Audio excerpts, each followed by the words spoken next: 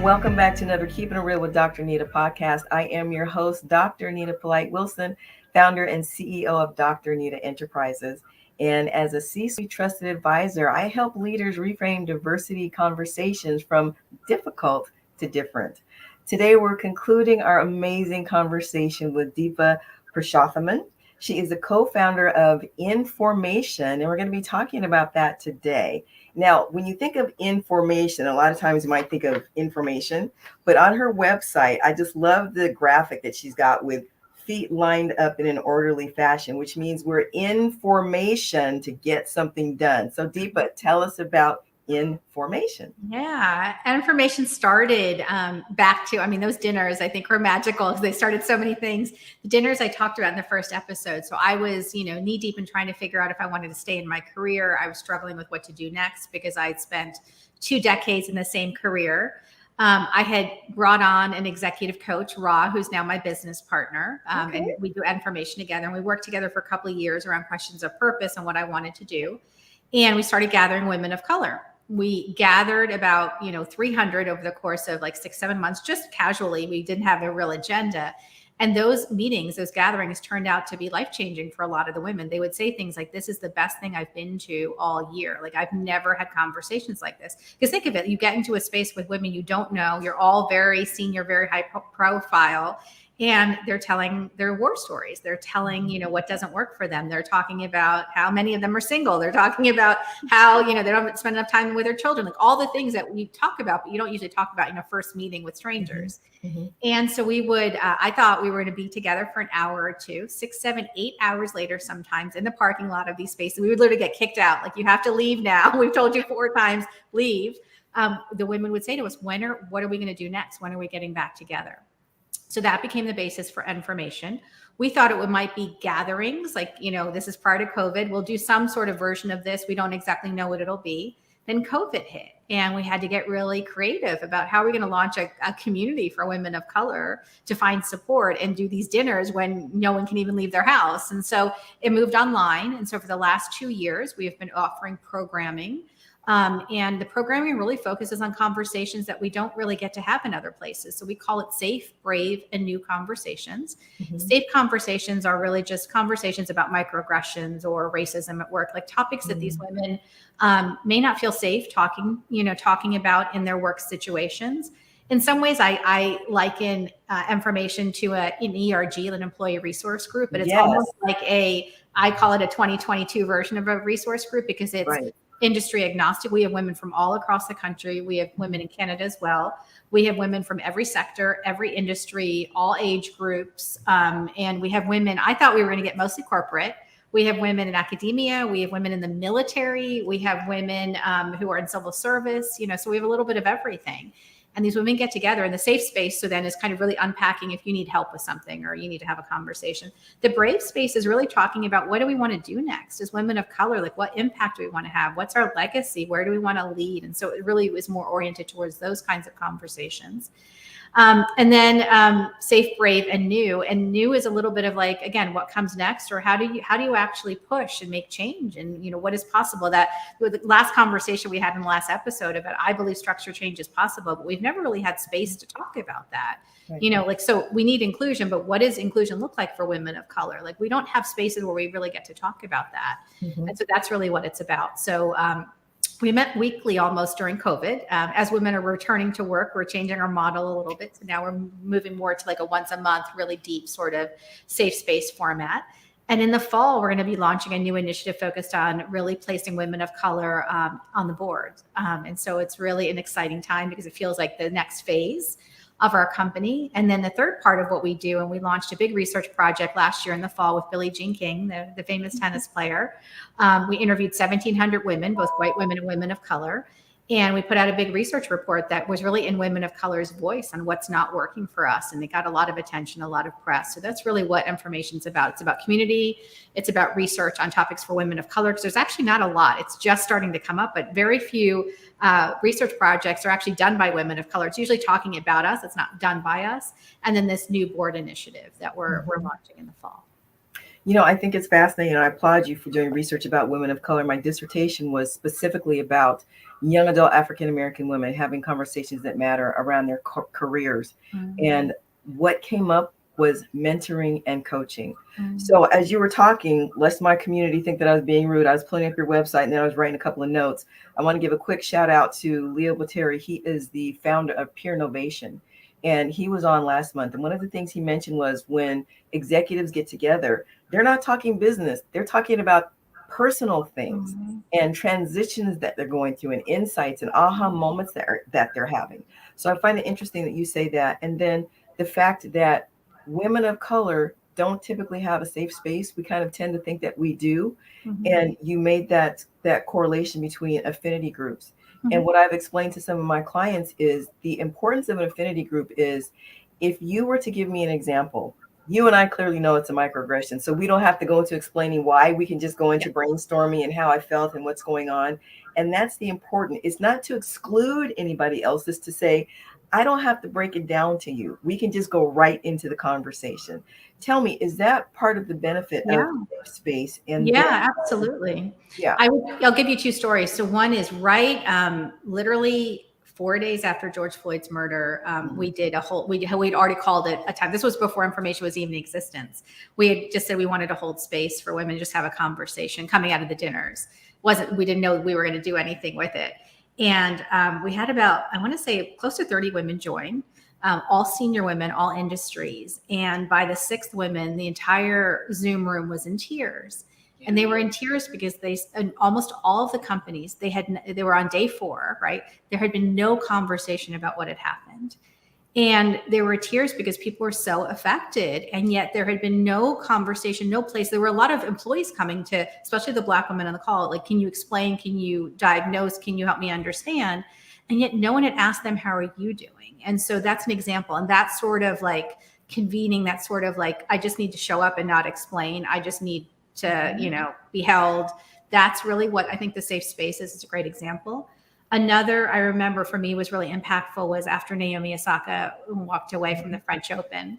And I think we had a call that day. It happened to be that day.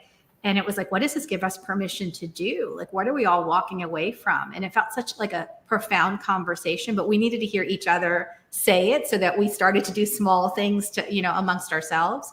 And so it's those kinds of examples, which I think I'm starting to see more of those conversations. I'm not going to lie. We didn't have any of those 2 years ago. And I think we're starting to see pockets, but I think it's a code. Like a lot of our women will say, like, we can just get into the first call and the depth of the conversation is so different than what I've seen somewhere else, because to your point, there's just an understanding. And I'm not saying everyone shares the exact same belief. We had a recent discussion where there are different beliefs and even, different religions and all of that. So we have to make space for that. But yeah, there's just a shorthand on what the experience is like when you are not, a white American walking the streets. Like it's very different, especially in workplaces. And there's not enough space to talk about that. I think the thing that I find interesting and still a little, I can't even find the word for it right now, is the fact that when we explain ourselves and our situation and how we are situated, not only in the workplace, but just in life in general, it's still not seen as something that is valid. Can you talk about that a little bit? Yeah, all right. I mean, we should both talk about it because I think we're going to have, this is like more of a conversation. I think what I find really interesting is I think in this day and age, a lot of people don't listen. So for example, someone will say this just happened, to me, or I'll just share my own example. Like I'm doing a lot of talking at companies. And initially it was, that's so helpful. I'm so glad you shared all this, but that doesn't happen here. It's evolved now. Now there's very, very rarely do I get told that doesn't happen here. But I think that's part of it. It's like this disbelief that it's happening everywhere and that it's these pockets or it's just in tech or it's just here. It's universal. I can give you, if you give me a topic, I can give you 7 stories, right? I have hundreds of them of how it's happening everywhere. I also think there's a desire to relate to people. So people just need to listen, So if you're not a woman of color, a person of color, and someone's telling you what their experience is, sometimes saying, well, I had this similar experience, or I've seen that, or my cousin's wife is also Indian. And so she like, you don't understand how that comes across. And so I think we're at a moment where I just want people to listen. Mhm. and really take it in. Why I wrote the book was it's 10 chapters of what it's like to be a woman of color at work. And what's fascinating, one of the most profound pieces of feedback I got was from a white podcaster in England. He's actually married to a woman of color. And he said to me, she would come home. My wife, been married to her for 20 years. She would tell me stories, but I thought they were far and few between. And I would just kind of minimize them or tell her she was being a little bit sensitive. Like I thought I was being a great partner. Like I'm being supportive, but I'm telling her, don't worry. Like it's okay. Like, you're probably just being overly sensitive. And he was almost in tears when he shared this. Like, I read your book and I feel like I was a bad partner for the last 20 years because I would minimize without recognizing it happens all the time. And what I was trying to paint a picture of is how much the happening all the time takes impact on us. So one of the big things, the biggest, groundbreaking thing I would say from my own research is that how many women of color are sick. So, in the last episode, we talked about the takeaways. This is not necessarily a happy takeaway, but almost 2 out of the 3 women that I interviewed have a physical manifestation of an illness. So it's usually chronic illnesses. So headaches, skin rashes, stomach pains, heart palpitations, fertility issues. There's a list in the book.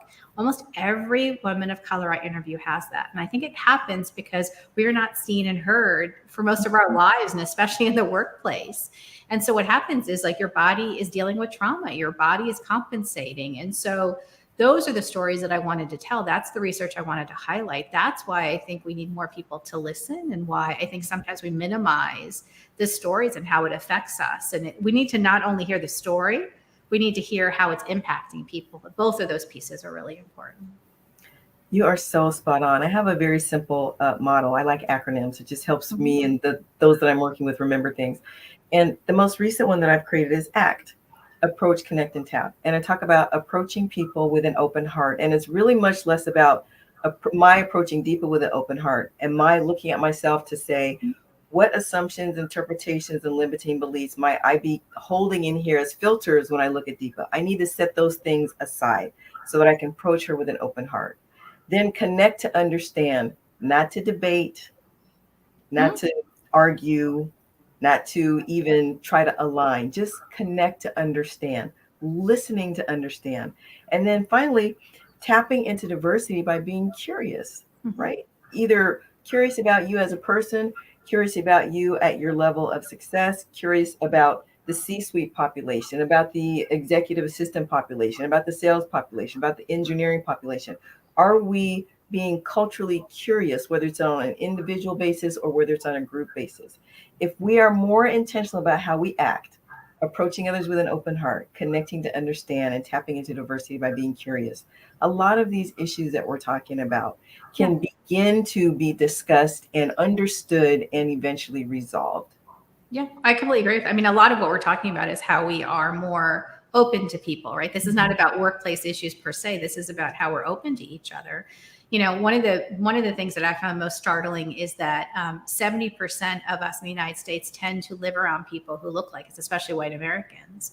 And so part of the argument that I make is that as a result of that, like the workplace is one of the only places where we're meeting people who are different from us. So if you don't do the work there, in the work being in air quotes, the work being the conversations, you're not going to have the conversations anywhere because you're just not interacting with people who look different than you.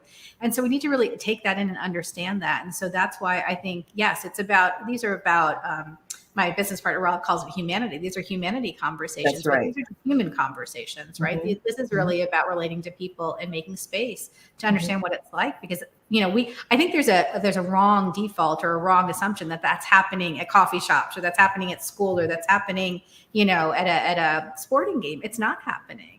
We tend to surround ourselves with people that are like us. And so you need to have those conversations at work, and we need to find ways to make safe spaces to have those conversations more often. So when you're talking about having conversations with people that are not like us, I noticed on your website that you've got an ally section. There's no community. Without community, there's no liberation. That's a quote that you have here. Yep. And I know that one of your partners is Richard Branson. And I have noticed in my own life, some of the most powerful partnerships I've had are with white males who get it and are willing to say, I want to use my privilege to help you. Now, in our first conversation, we talked about the fact that I believe we all have privilege if we think about it hard enough. And one of the privileges that we have is the privilege of shared pain and being able to say, because I've been hurt this way, I'm very sensitive to make sure that I don't hurt someone else that way. That's another way that we can form allyships that are very strong. Tell us about your partnership with Richard Branson and what that looks like and the impact that you have, that you would like to have on women of color through your work at In Formation.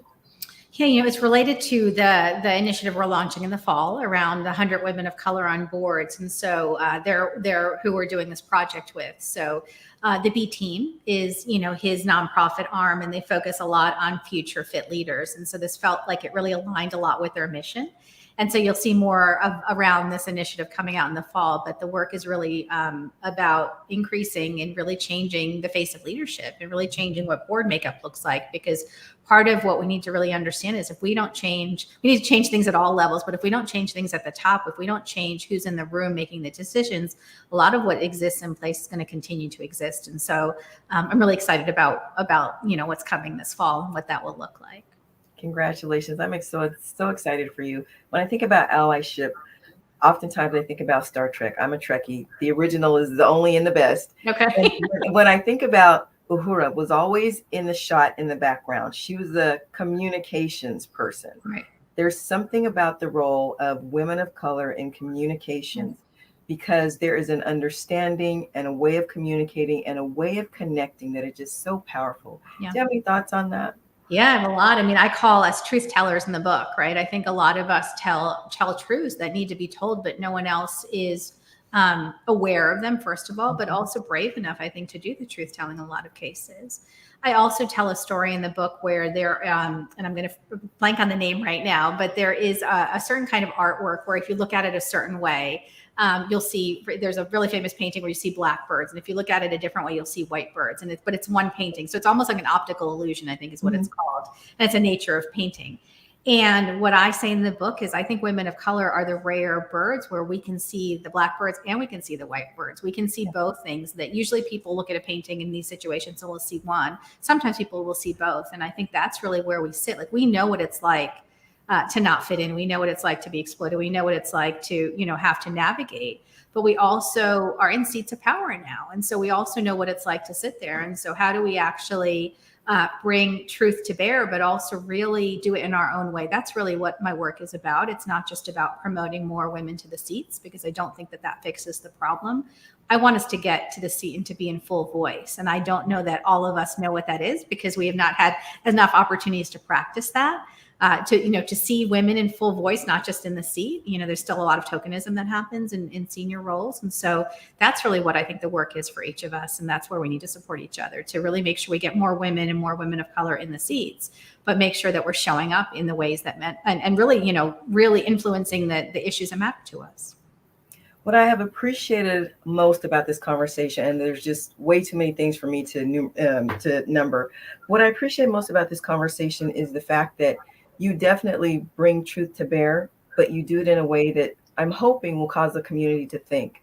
When I'm facilitating workshop, I'm always very, very careful to say, while I'm going to commit to you to create a space that's psychologically safe, do not equate comfort with safety.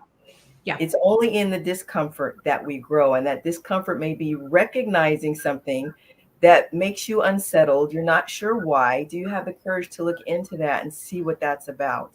And I just want to encourage you, continue to do your work.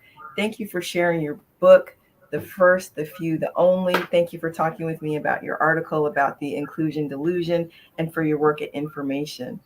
Deepa Purushothaman, thank you so much for being my guest today. I really appreciate it. Community, I really hope you appreciated Deepa as much as I did. And to see this show again or any of our previous conversations over the past few weeks, please go to the website, www.dranita.com. On the landing page in the top in the center, click on the button, Keeping It Real with Dr. Anita. Wow. And it's just going to get better. Thank you so much for having another real conversation from the C-suite with me. This is Dr. Anita reminding you to stay blessed and keep it real.